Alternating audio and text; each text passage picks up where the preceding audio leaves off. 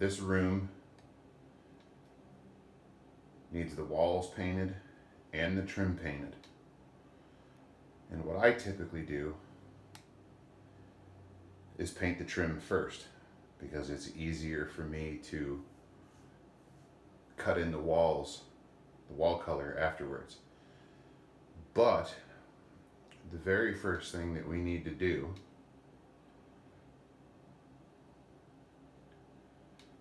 is get a tarp on the floor. So let's get that done. Hopefully in this video, I'll be able to teach you the right way to paint. So let's go over some tools. Let's get them out. Okay, now that we've got everything that we're going to need for this project, let's go over what everything is. Start with the simplest thing. This is a 1 gallon bucket. This is what I call a cut pot. And that means basically what I do is instead of dipping my paintbrush into the paint can itself, I will pour paint from the paint can after I stir it into a cut pot. So when I dip my brush, I'm only dipping into paint about that deep, okay? So that's what's great about a cut pot is you have more control. Now, I forgot to pull out one little tool that probably most people don't have, but let me grab it out of my toolbox here really quick.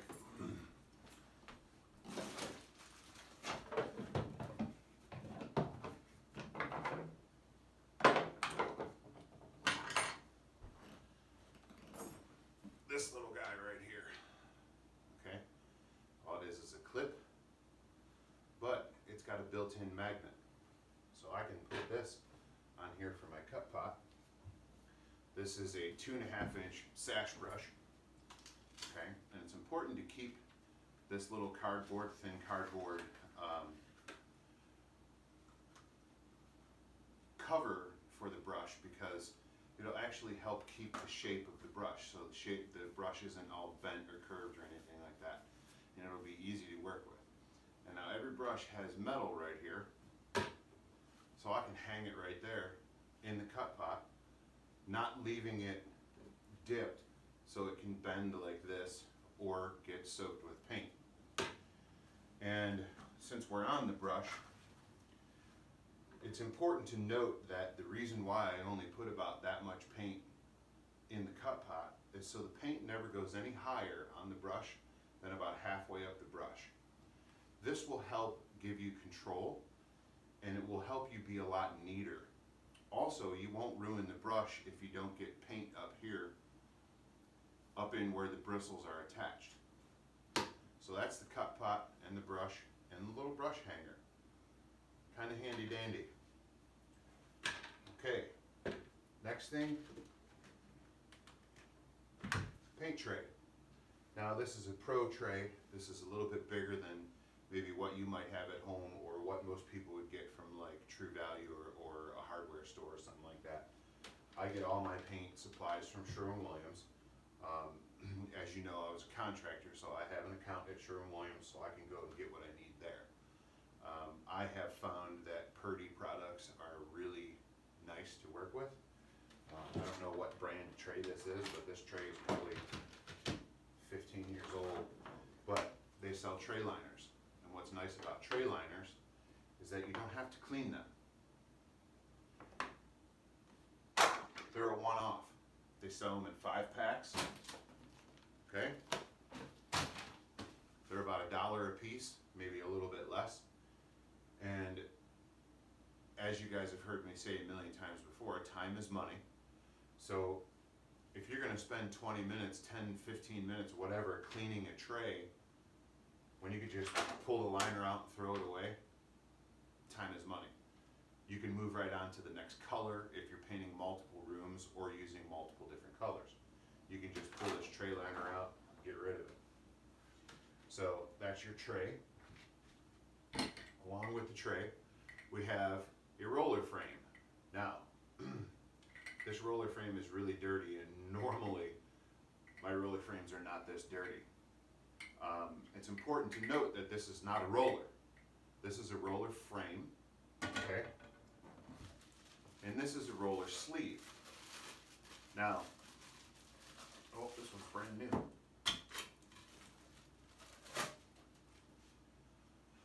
Nice, pretty roller sleeve. It's got a plastic tube, which means you can wash it and use it over and over and over again. Sure, you'll pay $9 or $10 for a nice roller sleeve, but you'll use it over and over and over. So, let's see here. You get your roller sleeve on your roller frame, and I'll show you momentarily the proper way. Well, actually, we might not even get to painting the walls today, but there is a proper way to load a roller sleeve with paint. You don't just dip it into paint. So we'll get to that maybe tomorrow. I want to do some brush work today. The other thing that I have is an extension pole. Okay, doesn't look very long, but now it's 6 feet long, and that's plenty long enough for you to hold on to roll a whole swipe on a wall. The extension pole screws into the handle of the roller frame. Now I've got some extended reach, and I can reach pretty far. I can do ceilings with this little extension pole, 8 or 9 foot ceilings, and I can do the full length of a wall all the way up and down. And we'll get into rolling tomorrow. I just like to have all my tools ready to go. This one's pretty simple. This is just a stir stick to stir your paint. Okay? This handy dandy little tool, and this is an old one, I don't know where my new one is, but this is a 5-in-1. Okay? The reason why it's called a 5-in-1 is because it's got multiple tools. So the first tool you'll see here that you can use this as, this round edge, is when you go to scrape paint off your roller sleeve, that round edge fits the roller sleeve perfectly. So you can scrape paint off. So that's one. Okay? The second one is you can use this edge as a screwdriver. This little flat edge on the end you can use as a screwdriver. That's good to take device covers off, like switch and outlet covers. You can take those off. Okay? So that's tool number 2. Tool number 3, putty knife or a scraper. Tool number 4 is a can opener. And that is how you use it as a can opener. Tool number 5, you can use this as a hammer to close it back up. You can use this cutting edge. It's a multifaceted apparatus. So they call it a 5-in-1, sometimes called a 6-in-1. You can use the handle as a hammer also. So that's a great little tool. You can scrape things straight or flat. You can dig into things with this point on the end. It's a handy dandy little tool. And before we start painting, we need to mix our paint, so we use our stir stick here. And you kind of just want to pay attention to the paint. You'll see that the water separates from the color. There's no color on this one. This is just white trim paint. So what I want to do today is go over the proper method of using a paintbrush. You don't just slap the paint on. So we'll get our paint stirred here. That seems to be pretty good. And move on to our next tool that we'll use. So that's ready to go. The paint's ready to go. We'll move the lid. Now, this next tool is very interesting. This is a spinner. I don't know if anybody in my classes has even seen or heard of or ever used a spinner. This is for cleaning. This is for cleaning brushes and roller sleeves. So when you're all done, and you want to clean your roller sleeve after you get it off, I I'm gonna have to scrape some paint off that roller frame. You can put it on the outside here like this, run water over it in like a utility tub or a slop sink, and then you can spin the paint right off of it. Gets a roller sleeve nice and clean. The other thing you can do with this, another multifaceted apparatus, is you can load a paintbrush into it, put the handle in, get your paintbrush clean, and spin it dry. The best friend who's a painter, Matt, from the very first video that we did, he has a plastic 55-gallon drum that he spins everything in his shop. So it's right next to his utility tub. He keeps his utility tub clean by getting everything wet and rinsed off there as much as he can, but then he spins everything in a 55-gallon drum right next door. So this is a handy, awesome tool. And then once you clean your brush, you put the cover back on it so it holds its shape. Last thing you might need when painting is a screw gun to take things off the wall. In this particular case, we're going to be taking these blinds down that we just hung yesterday. And we're going to be having to take some towel racks off the wall. So that's pretty much your basic set of tools for painting. There's a lot more involved with it than most people think. Okay, the blinds are down, and we're going to be painting the casing around the window. This is casing. This is a windowsill. I think everybody knows what a windowsill is. This is actually called a skirt down here.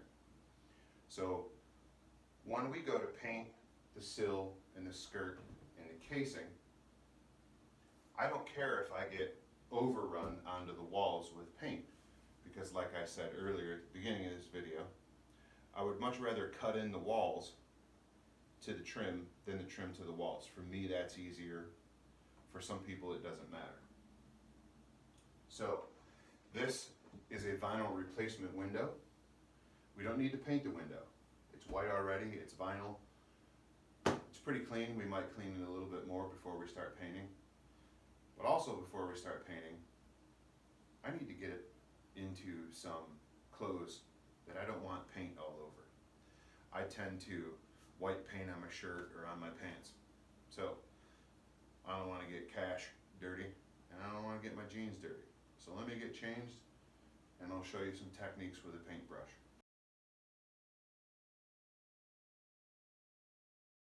Now that I got some rags on, you can see there's some paint on here. This is an old shirt for the company I used to work for. And you can see I put on some weight over the holidays. It is what it is. I'll go on a diet someday in my life. But you can see where I white paint every once in a while. I got rags on for pants. There's paint wiped here and stuff like that. So these clothes I don't care about. So the one thing that I forgot to mention to you guys was you should always have a rag handy. It can be a cloth rag. You can get it wet and squeeze it out as much as you can just so it's damp. Because if you drip paint on something, you can wipe it up right away. And if you drip paint on the tarp, you might want to wipe it up right away. Here's why. You're walking on the tarp, and if you step in wet paint and then step off the tarp to walk through a customer's house, you'll track paint everywhere you go. So you want to keep your work area as neat as possible. That's pretty standard with any project. Keep your work area as neat as possible. So I tend to work from the top down when I'm painting. So we will reset the camera, and I'll show you some techniques. Okay, so I'm going to show you how to pour paint. I know how to pour paint, but it goes back to keeping everything neat. So I pour some paint in the cut pot, and while it's still on an angle, I can take my brush and clean up the edges and clean out the groove where the lid goes in. Now there's no drips. Set that aside, and we're ready to paint.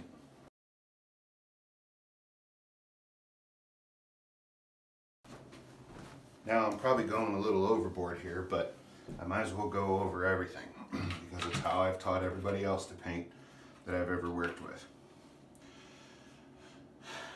Dip your brush in the cut pot, and then I slap it on either side of the cut pot. That stops all the extra paint that's gathered around the outside and dripping. The other mistake people make when they go to paint with a brush is they don't put enough paint on the brush. You have to have enough material on the brush in order to get it spread onto what you're painting. So that's why you'll see brush strokes and things like that with people not putting enough material on their brush. Right before you paint anything, it's important to make sure that the surface is clean. If the paint sticks to dirt, the dirt's going to fall off, or dust. So I'm going to grab a quick rag here because we got a little bit of dust gathered up on this edge and up on the top edge. But like I said earlier, I like to start at the top and work my way down. So it's important when you brush paint on that you have nice even strokes with the brush. And when you first start, sure, it's simple.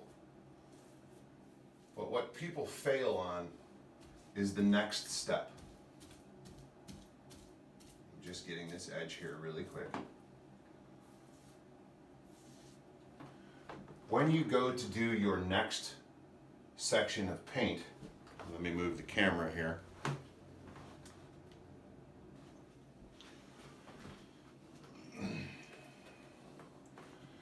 Get the material on the surface that you're painting.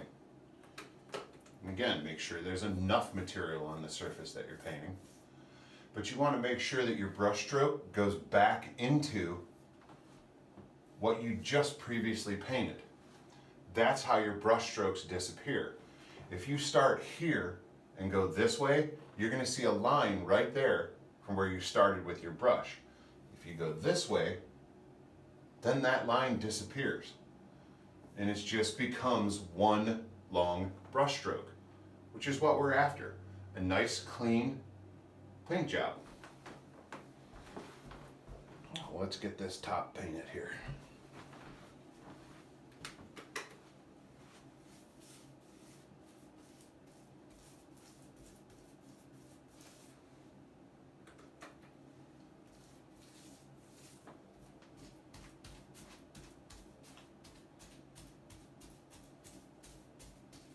So as you can see, when I'm doing this corner in here on this edge, I'm actually stabbing the corner with my brush and then pulling out with the brush